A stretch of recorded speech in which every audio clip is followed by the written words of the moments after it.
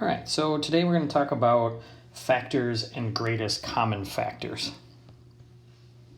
Here are our learning targets. Okay, take a look at this picture. How many jelly beans are in the bag, do you think? All right.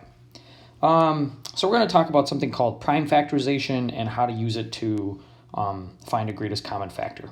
So first of all, what are factors again? Well, factors of 18, for example, are just numbers that multiply to be 18. So like 1 and 18 are both factors of 18. 1 is always a factor of every number because it goes into every number. 2 and 9, 3 and 6, you might even have like a few numbers like 2 times 3 times 3 still multiplies to be 18.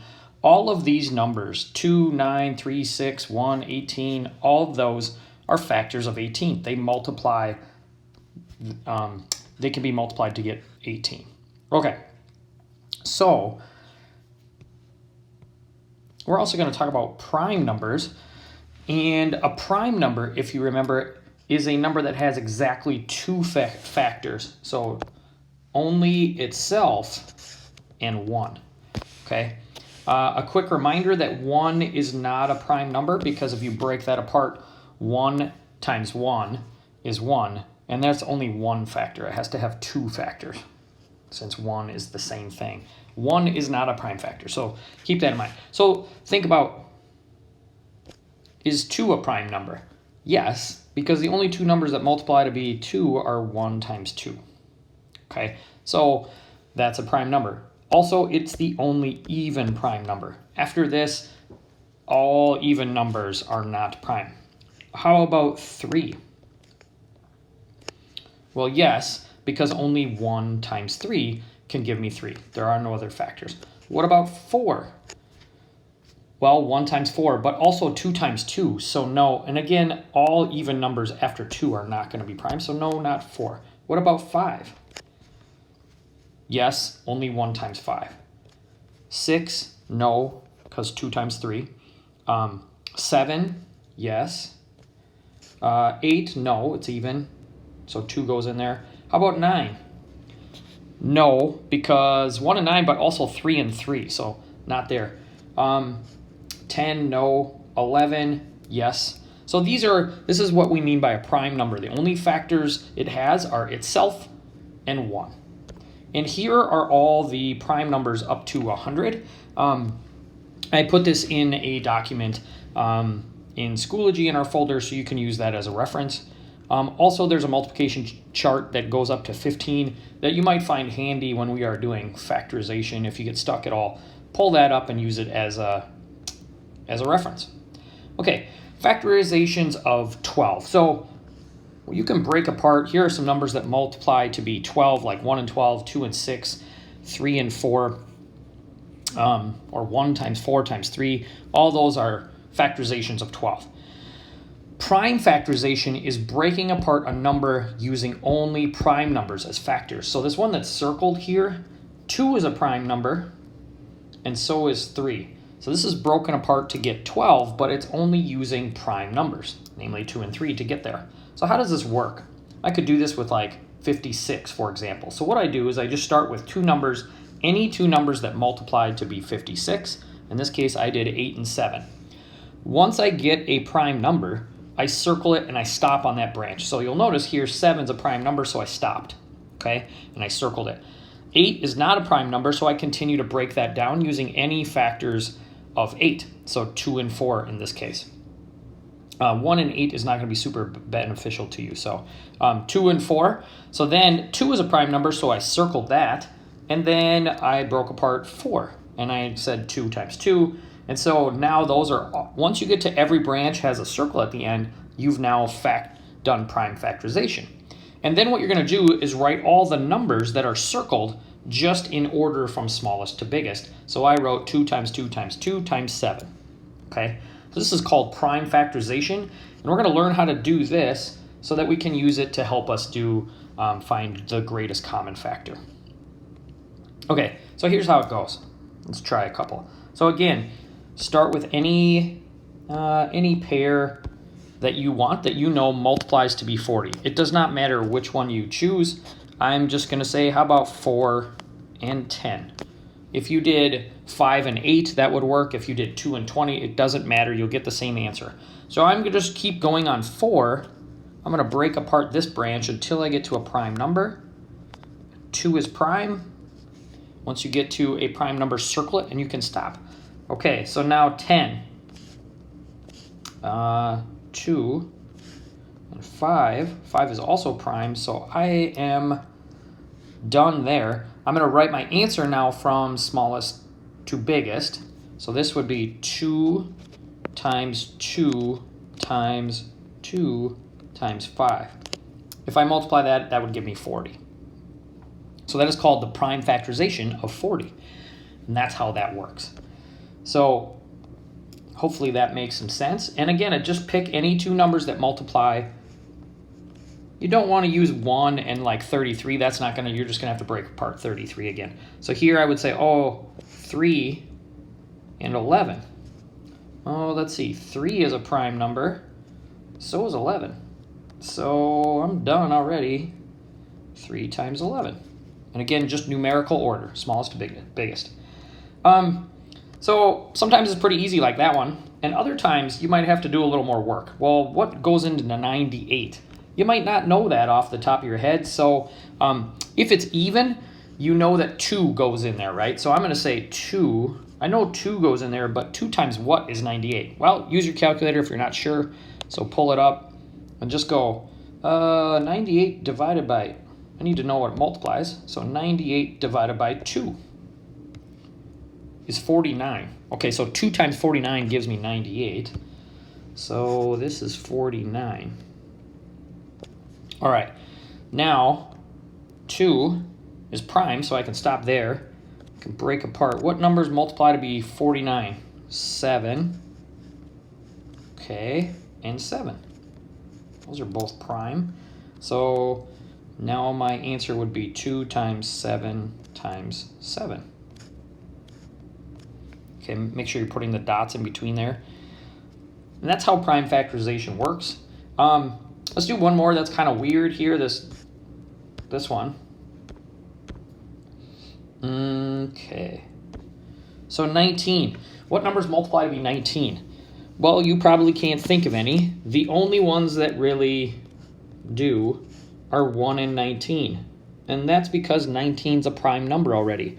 Well, remember, 1 is not a prime number, so I'm not going to circle it, but I can't break that apart either.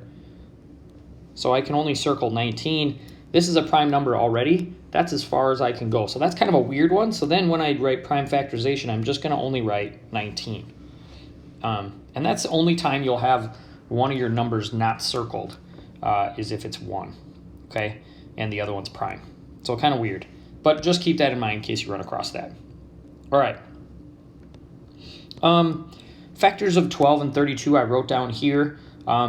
These are all the numbers that multiply that go into 12. 1, 2, 3, 4, 6, and 12. And there's all the ones that multiply to be 32. 1, 2, 4, 8, 16, and 32. Now you'll notice, what do they have in common? 1, 2, and 4, right? 1, 2, and 4. Okay, well, those are called common factors. Well, what's the biggest one? It's 4, right? It's the biggest of their common factors. We call this the greatest common factor, or a GCF for abbreviation. So it's the biggest factor shared by 2 or more whole numbers. In this case, the greatest common factor would be 4 because it's the biggest one. Now, finding a greatest common factor sometimes can be pretty easy, and other times it can be a little tricky. So how does this work?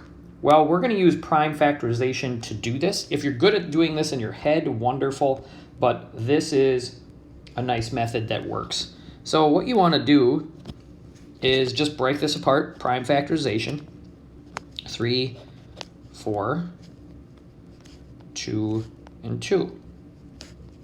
Okay, now I'm going to do 60. Okay, let's see. How about I got 6 and 10. 2 and 3 on there. And then this would be 2 and 5. Okay, so now great, you've done the prime factorization. So now here's what you're going to do is you're going to write them kind of above and below each other. So I'm going to write this out. All the factors, prime factorization of 12 would be 2 times 2 times 3. I'm going to write that here. Again, keep them in order. Okay, and then let's do 60. In order would be 2 times 2 times 3 times 5.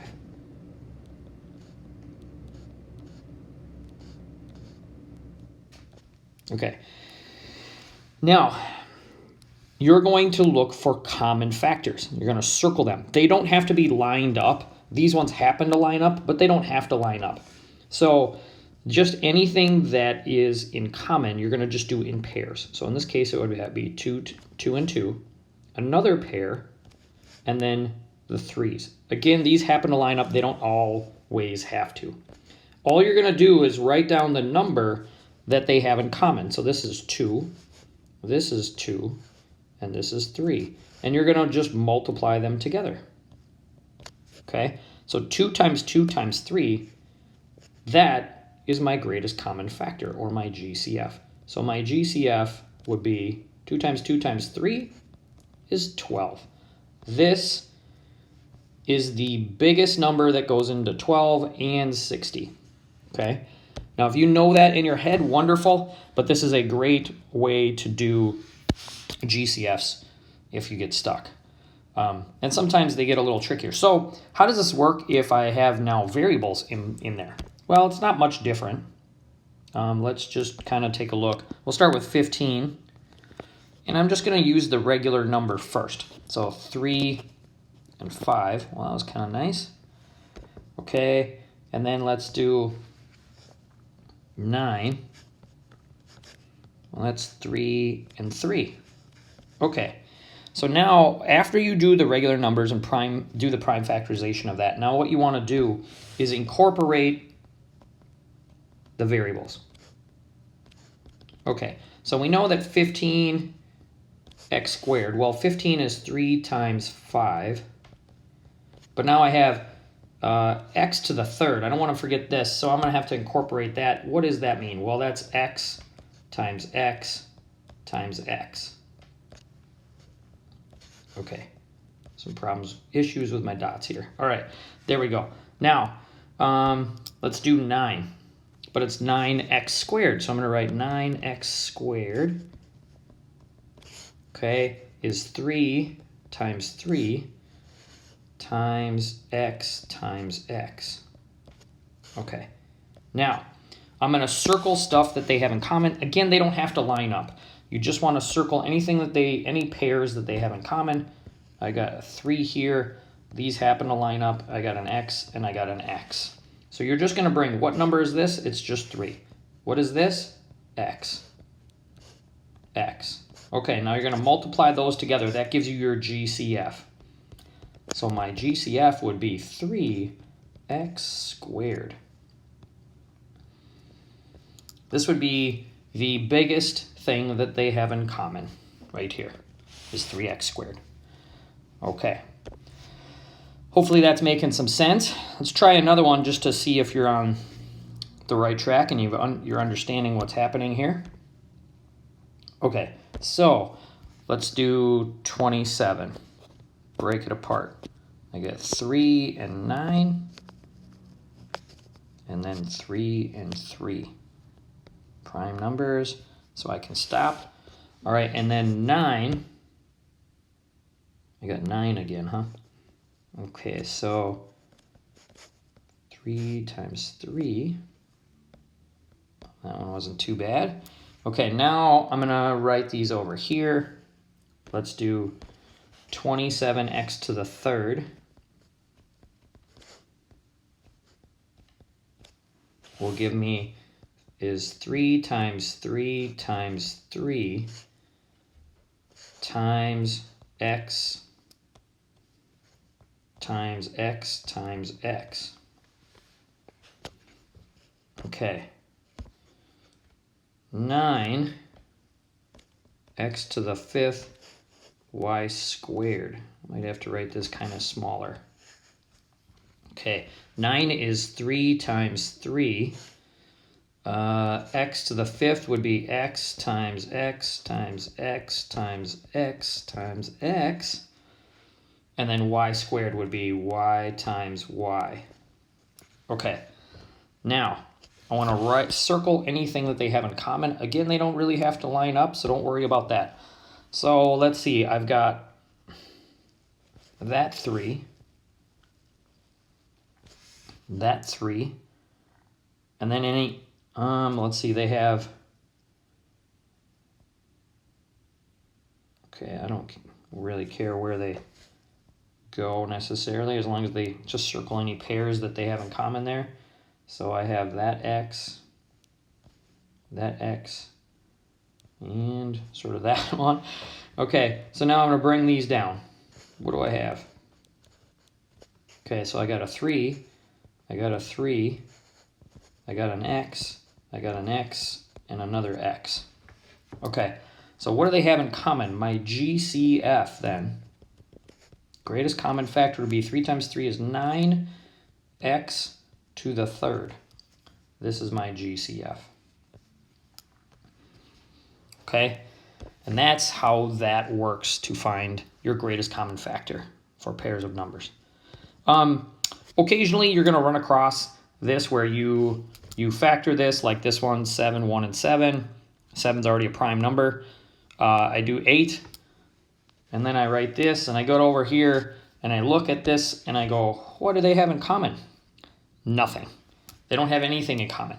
So if they do not have anything in common, this is a kind of a key thing. Remember, 1 is always a factor of everything. So if two numbers don't have anything else in common, then your GCF is 1. So that's kind of a weird thing. If that ever happens, your GCF, that's the only thing that they have in common would be then 1. So that's just kind of a weird one I wanted to point out. And that is GCFs. You have a GCF worksheet. Write that into your planner for today, and then check it off once you turn it in. All right, we'll see you.